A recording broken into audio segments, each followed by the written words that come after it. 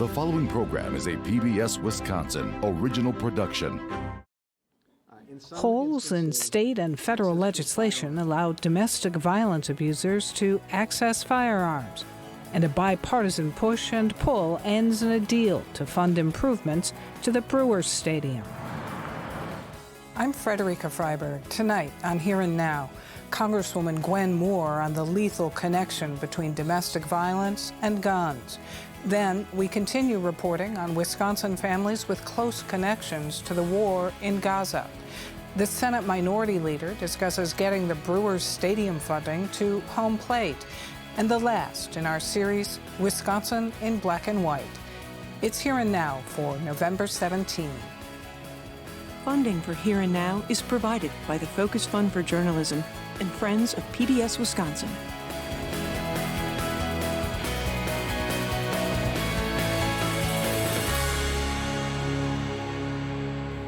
This week, Wisconsin Attorney General Josh Kaul announced he is going after a loophole in state law that allows people convicted of disorderly conduct involving domestic violence to possess a firearm.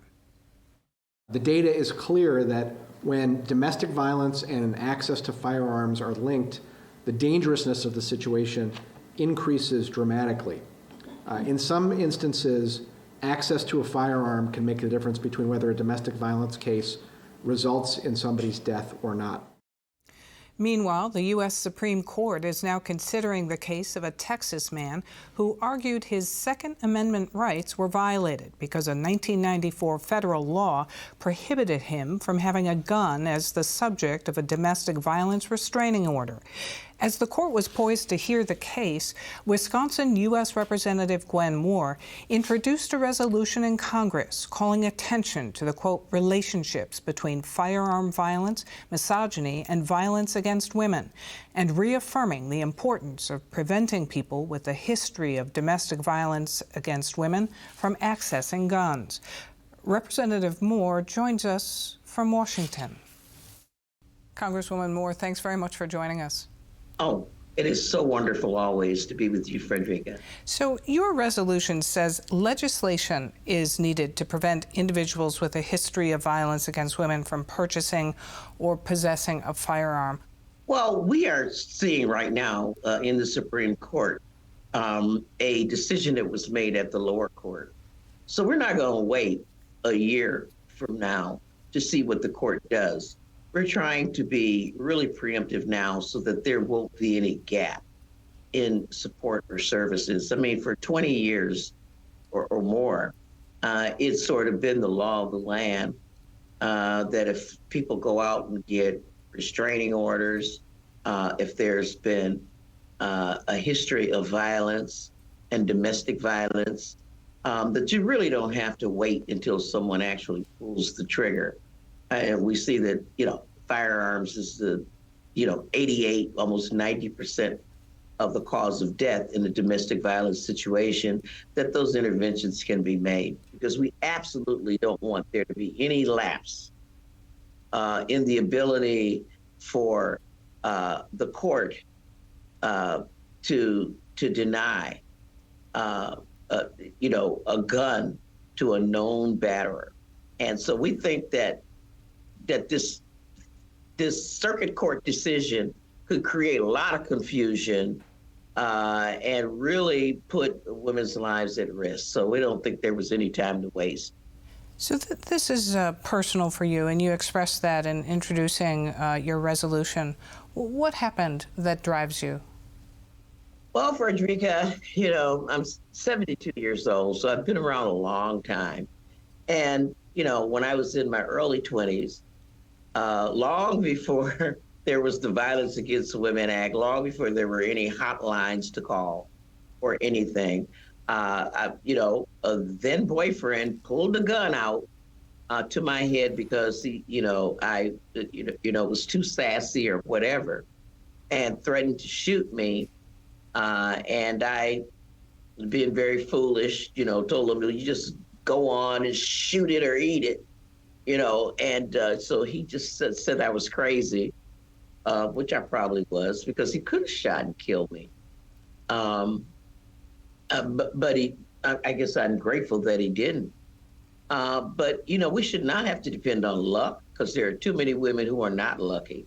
There was a report done by End Abuse Wisconsin that I found very, very distressing, to be frank with you.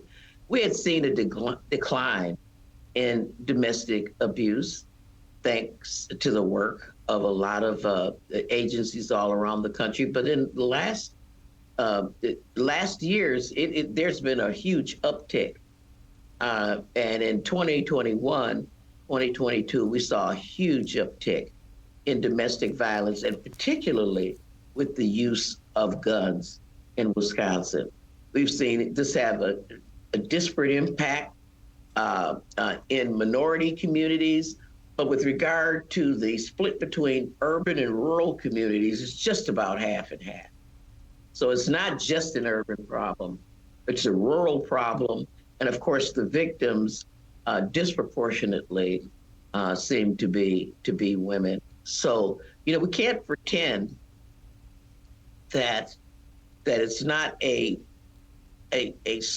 social problem, that women, children, other family members that are nearby aren't affected by this scourge. And there's, like I said, there's been a huge uptick in the last couple of years. Those are extremely alarming statistics, as you point out. Why is it so difficult, though, to kind of translate those statistics into meaningful protective policy? Well, Frederica, quite frankly, I think that people have elevated, the quote unquote Second Amendment, above and beyond our value for life. By far, these homicides occur because there's an available firearm.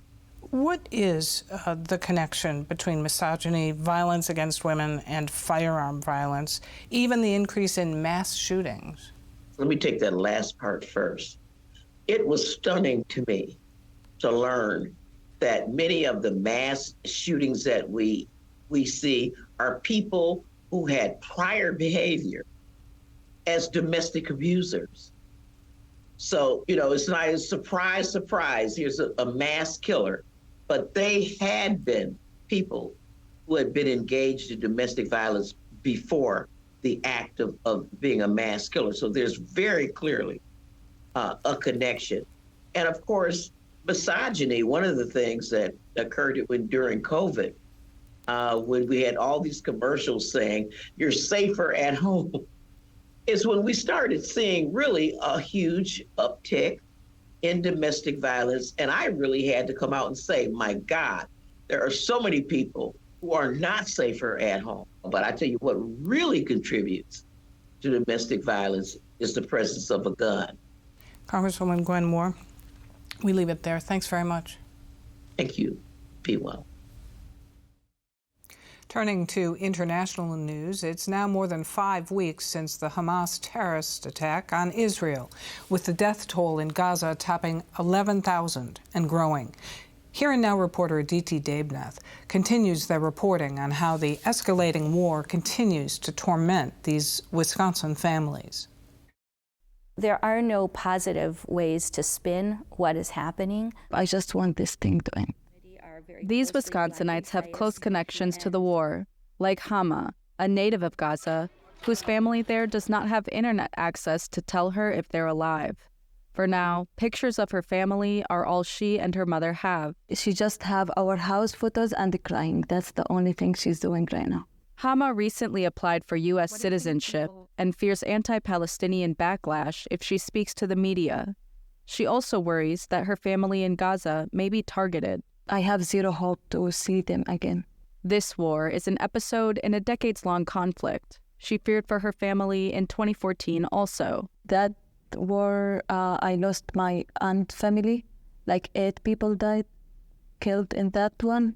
Who live under the constant threat of missile attacks and death. The fate of all people in Gaza and Israel leads Rabbi Betsy Forrester to pray for them multiple times a day. To hold it together, I believe, is what my job is. But it was harder for her to hold it together when her husband Scott was in Israel with their daughter, and Israel declared war. I felt very helpless here. Scott is back home now, but still unsettled. Everybody is walking around with a cloud hanging, a cloud of uncertainty.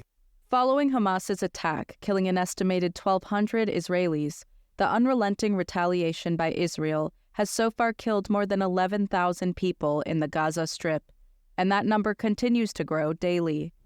UW-Madison professor Samer Alatout is a native of Palestine and a geopolitical expert of the region.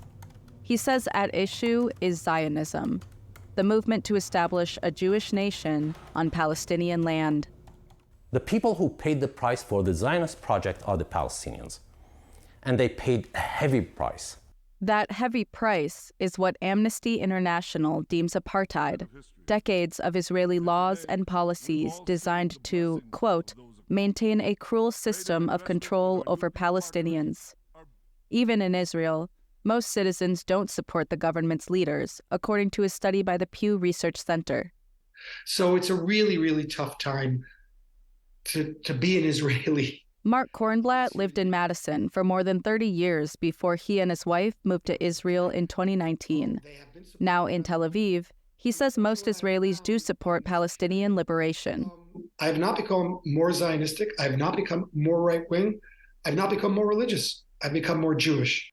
Kornblatt says it's important to show his community that they're not alone. He volunteers at a clothing donation center and participates in a citizen patrol. I would rather have the vital life that I have here, where I might make a small difference, than the quiet life that I could choose by leaving. Kornblatt says the Jewish community is a small one, 0.2% of the world population, according to Pew, and many of his neighbors know someone who has been tortured or killed in this war. One of the big calls that comes out to the place where I've been working with the donated clothes in my neighborhood is for social workers. Just to be able to sit with people and let them try and breathe and talk. Over in Gaza, a Wisconsin man's sister was killed in a bombardment while at a marketplace there soon after the October 7th attack. She was a Palestinian social worker, and her brother Mohammed Hamad lives in Brookfield. And she worked for, I don't know, all her life, to treat, kids, they are going through trauma, and to help them, to recover after wars, after... Hamad says he's lived through numerous wars and hopes for an immediate ceasefire. Betsy Forrester says the current war is only setting Palestinian liberation back. Large swaths of the Israeli population and the American Jewish population have been working hard for a two-state solution and an end to the occupation of the West Bank. Professor Alatout believes in one state, from the Jordan River to the Mediterranean Sea, that equally includes Palestinians and Israelis. The solution is one democratic state between the river and the sea, and a state of its citizens and for its citizens, and with equal rights to everybody. No matter the solution, Hamad said there's only one way out of this war. There will be end for this cycle of violence by agreeing, by people, they're going to live side by side in peaceful situation. Until then, the cloud of uncertainty and the fear of death remains for these Wisconsin families and hangs heavy. For Here and Now, I'm Aditi Devnath. Governor Tony Evers is expected to sign the new Brewers Stadium funding package, keeping the team in Milwaukee until 2050, or another 27 years.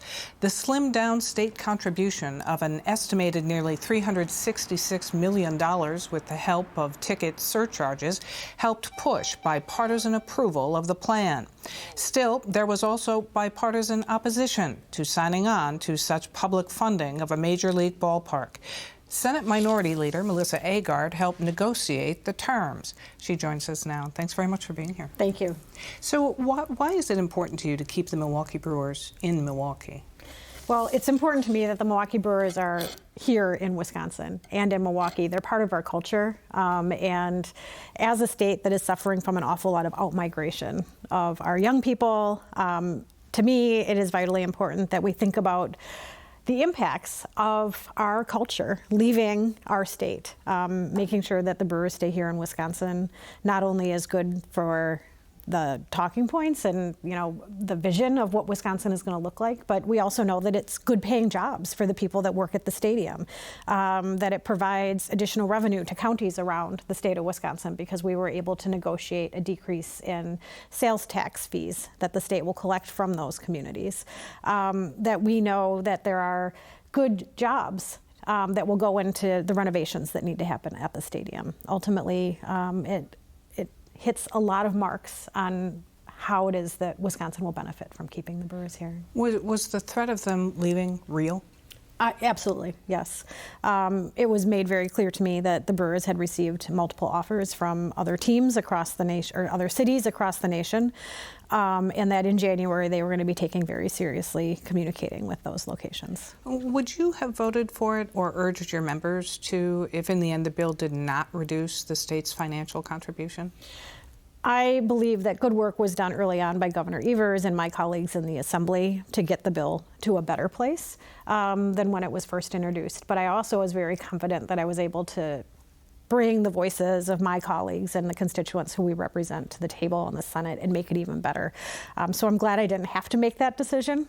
We were able to get the sales or the state revenue numbers down for the investment and also negotiate seat at the table for the locals, the county and the city. And that was very important to me in my caucus as well. Yeah, why? Tell me about the importance of that.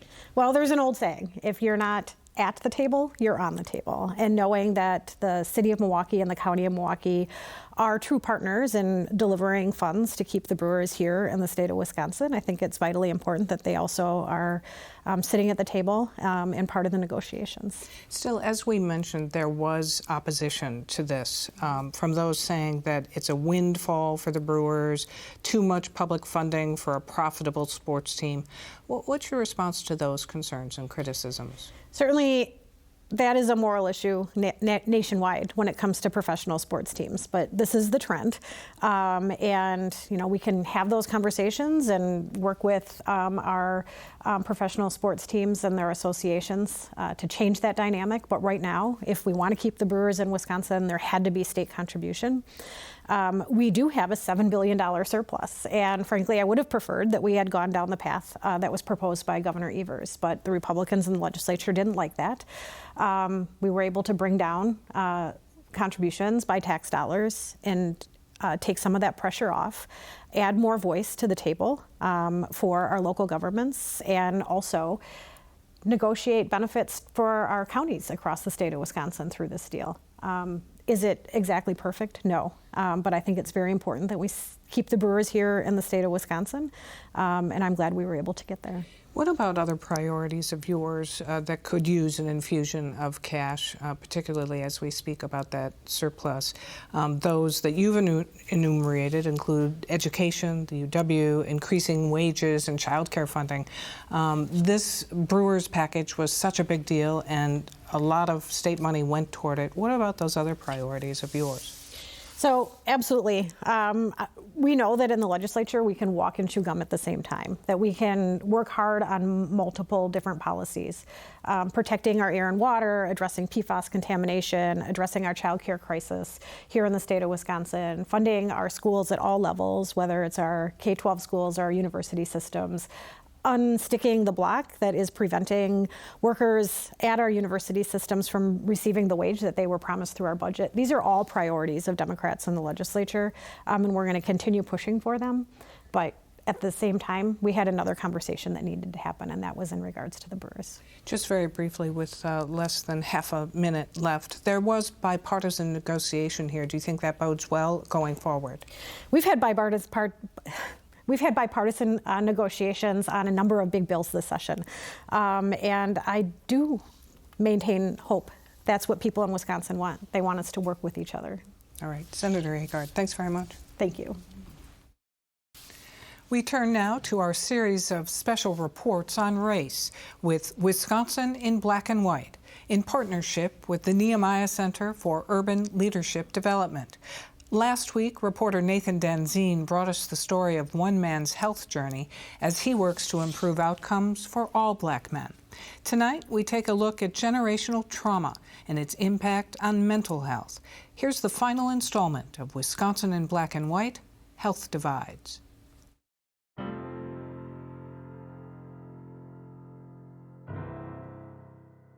If I'm talking about it and I'm not embarrassed about it, then you don't have to be embarrassed either. The mental health of so many people, myself included, are just being, it feels like you're just being constantly attacked. Reverend Everett Mitchell is a pastor at Christ the Solid Rock Baptist Church in Madison and also a Dane County judge. I don't know what it is, but people are feeling darker now. Mental health is so extremely important, especially in the aftermath of COVID. Dr. Jasmine Zapata is the Chief Medical Officer for Community Health at the Wisconsin Department of Health Services. Younger people, and in particular, our Black youth, where we see increases in overdoses, mental health concerns, adverse childhood experiences. I grew up, there was a lot of trauma, but nobody talked about it. There was a lot of pain, nobody expressed it. We saw cycles of people, alcoholism and drug abuse, just kind of going through the same cycles. Repeating cycles in families that go way back. For Leleda G., many of the mental health issues facing the Black community today can be attributed to the generational trauma they hold. I think there is not a Black American that is not touched by generational trauma. G is the founder of Defending Black Girlhood, a nonprofit that works with Black girls and women to unpack and heal their trauma. As part of that work, she creates art depicting resiliency. She is also a lecturer at the Madison-based Nehemiah's Justified Anger Black History for a New Day course. The 9-week course teaches the community about race, history, and justice. And the way I would define it is something has happened to an ancestor that was so devastating that the impact reverberates to today. Even if you aren't aware of the trauma you carry, Reggie Jackson says it can affect your life. It teaches you to see yourself in a very specific way. It teaches you that somehow you can't think of yourself in a positive way. Jackson is a community leader in Milwaukee. You are going to be told by society, generation after generation, even after slavery ends, that you are an inferior species, that you are not deserving of being treated as a first-class citizen in America. If you don't have the experience to be able to heal, then that trauma remains there. It passes down in terms of the way that you interact with your family members, your children, your grandchildren, your great-grandchildren. All of those things are impacted by the people that came before you. Generations of people being treated as second-class citizens, often expressed by what are known as microaggressions. Microaggressions, for my definition, are these small, insidious experiences that happen on a regular basis. Some are small and insidious, others are overt. And they can happen in every facet of life, like trying to schedule appointments. The lady I'm talking to, she puts her hand over the phone and says to somebody in the background, "I don't mean to be racist, but I think I'm talking to an angry Black woman here." We thank you, God, for all these blessings. At Christ the Solid Rock, Mitchell says the trauma his parishioners carry is always on his mind. I prioritize not only education about the faith, but also your mental health, mental well-being as a spiritual priority. While church attendance is declining, nearly 70% of Black Americans still go to church at least once a month. The Black church is essential because it speaks to the issues that people experience. The Black church has been part of American life before America was even founded. The first Black church was founded in 1773 during slavery. In many ways, the Black church is a response to the brutality of slavery in our American history. Mitchell says the Black church differs from most white churches because they often talk about religious practicality. What you experience on the outside of the world should be brought in here so we could better understand how we deal with it, how we talk about it. To help his congregation through the trauma they may have, Mitchell gives a 5-week sermon every year to help define and heal from trauma and resulting problems with mental health. You don't have to pray it away.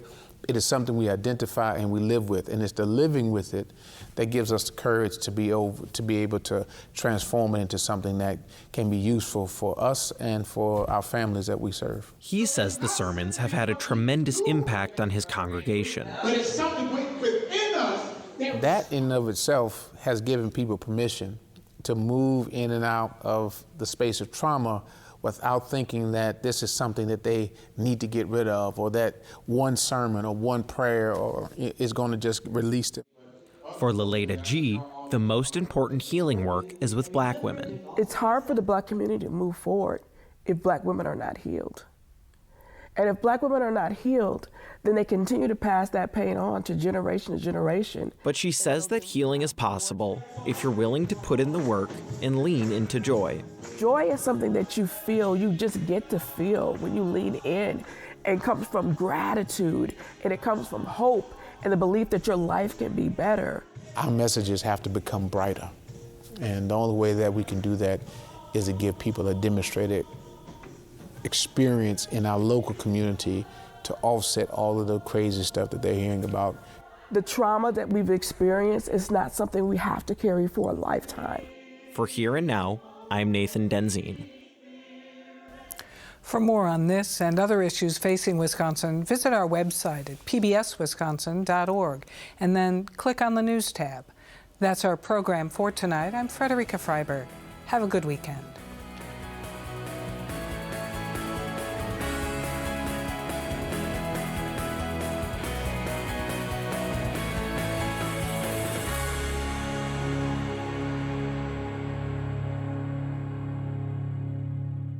Funding for Here and Now is provided by the Focus Fund for Journalism and Friends of PBS Wisconsin.